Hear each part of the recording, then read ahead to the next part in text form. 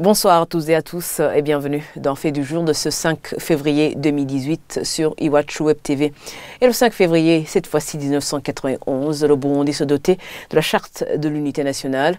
Et 27 ans après, cette journée toujours célébrée. Et à Bujumbura, les festivités plutôt ont eu lieu comme à l'accoutumée sur la colline de Vugizo à Kilili, en présence du premier vice-président de la République, Gaston Sindimwo. Dans son discours, il a appelé certains Burundais qui n'œuvrent pas pour l'unité du pays à changer d'attitude, tandis que ceux qui participaient à ces festivités affirment que l'unité a déjà porté ses fruits au Burundi. Le point avec Sheila Irambona et Idi Atangiman.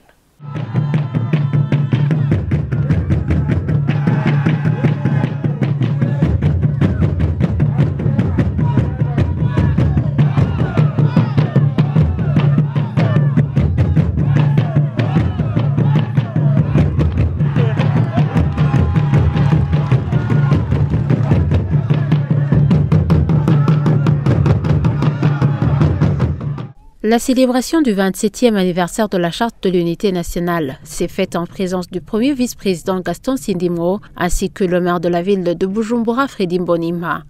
Dans son mot de bienvenue, le maire de la ville a indiqué que cette fête de l'unité nationale est d'une grande importance pour le pays. Selon lui, c'est le moment pour chacun de faire un travail d'introspection et voir le pas franchi concernant la lutte contre toute forme de division.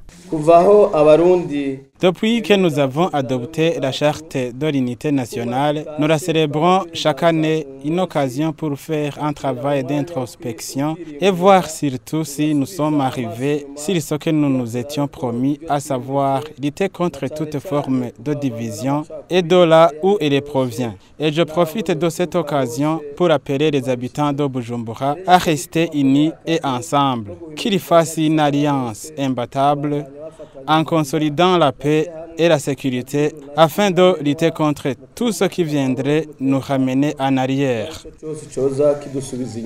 Le discours de circonstance a été prononcé par le vice-président Gaston Sindimwo. Il a donné le message du président de la République Pierre Nkurunziza qui s'est joint à la population de Gitega pour célébrer cet anniversaire. Un message qui demande à certains Burundais qui n'œuvrent pas pour l'unité du pays de changer d'attitude. Il y a certains Burundais qui croient toujours que la division peut les aider à arriver à leur fin. Nous leur disons franchement que toutes les directions qu'ils vont prendre sont fermées et qu'ils ne vont pas trouver où passer.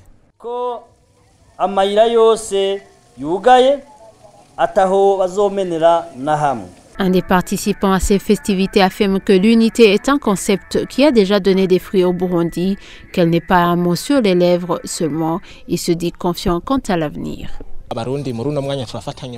Les Burundais sont unis, nous partageons tout. Le pays est en paix, nous partageons ce qu'il y a. Même si les problèmes qu'il y a ont laissé le pays dans la pauvreté, nous avons su gérer la situation. Nous avons partagé le paix que nous avions. Nous nous sommes entraidés. Je dirais que l'unité est parmi nous. Nous n'avons aucun doute qu'elle pourra s'étendre un peu plus davantage. Une grande foule avait pris part à la célébration de ce 27e anniversaire de la Charte de l'Unité nationale, mais très peu d'officiels étaient présents. Les cérémonies se sont clôturées par l'hymne de l'Unité nationale.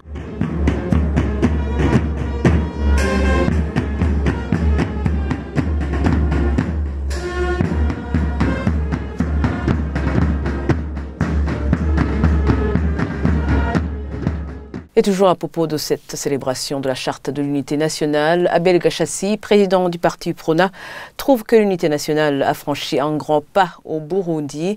Il invite les Burundais exilés à rentrer chez eux pour construire le pays. Je propose de suivre Abel Gachassi. Il invite tous les Burundais à regagner le pays et vaquer aux activités avec d'autres Burundais, car aujourd'hui, il y a quand même, on voit que la paix règne partout dans le pays. Donc, il est très important que l'administration, que le gouvernement, que les partis politiques invitent les confrères burundais se trouvant en exil à regagner le pays. Ce sont les stratégies pour la conquête du pouvoir qui font mal à l'unité du pays, dit l'ancien président de la République, Sylvestre Ntibantunganya. Selon lui, une bonne gouvernance dans l'organisation des institutions est nécessaire pour consolider l'unité de notre pays. On l'écoute.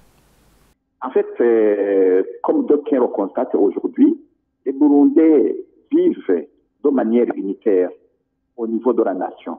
Mais ce sont beaucoup plus les stratégies de conquête et de protection du pouvoir qui font mal à l'unité nationale. Cela devient un problème à la fois de leadership dans le pays, mais également de gouvernance. Aujourd'hui, pour parler d'unité, on doit aller ensemble avec la question des droits de l'homme, avec la question de la justice, avec la question de la pratique démocratique et toutes ces exigences. Quand on s'en prend par exemple à quelqu'un, en arrivant même à lui prendre la vie, uniquement à cause de ses appartenances politiques ou à cause de ses appartenances ethniques, cela va à l'encontre des exigences de la Charte nationale. Et il faut donc un véritable respect, une véritable promotion des droits de l'homme.